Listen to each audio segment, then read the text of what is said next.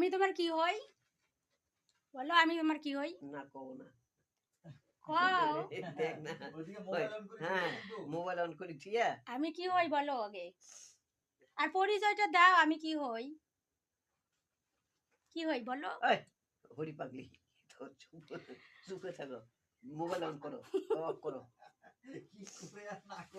আমরা বুড়ি মানুষটা হলো ঠিক আছি, আর এটা চিংড়ি চিংড়ি মেয়েটা মেয়েটা চিংড়ি মানুষটা মানে রোগে একেবারে কোকড়া লেগে গেছে।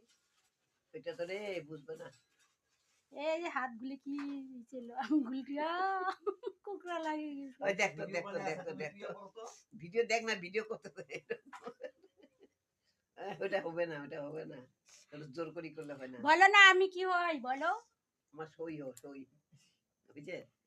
বলো কি হই? Sister in law. হ্যাঁ, আমি হলো আমি আমি হলো যে বুড়ি মেয়েটা বুড়ি মানুষটা ঠিক আছে এখনো, আর তোমরা চিংড়ি মানুষটা এখনো কোকড়া লাগে গেছেন বিষ ব্যথা রোগে। রোগে বেকার হয়ে গেছি। একটু ব্যায়াম করো তো, উঠো না উপরে। এই রামদাসের ব্যায়াম করছি। কি আরম্ভ করতে দেখতো, আর তুই পাপু থিয়ে তো বাড়ি বাড়ি থিয়ে না,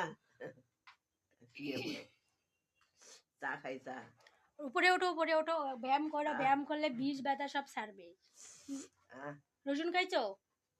পাতাগুলো যে দিলাম থানকুনির পাতা খাইছো?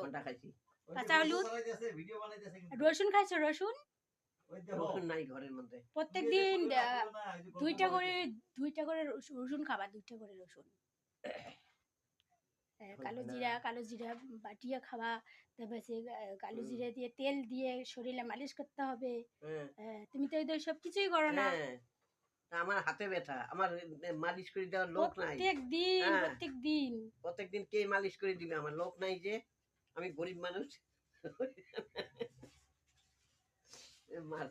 তবেই তো বিষ ব্যথা ছাড়বে। হাতে হাতে মারলো রে এটা। আমি কি হই সেটা বলো তো, কি হই পরিচয়টা দাও। দেখো তোমার ননদিনী, আমার ননদিনী হয়, ননদিনী ছোট ননদিনী।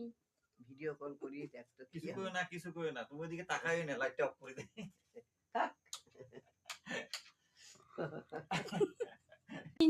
রে রসুকে কোকড়া লাগিয়ে গেছে, আমরা হলো বুড়ি মানুষ। বলো এসএমএস কথা বলো।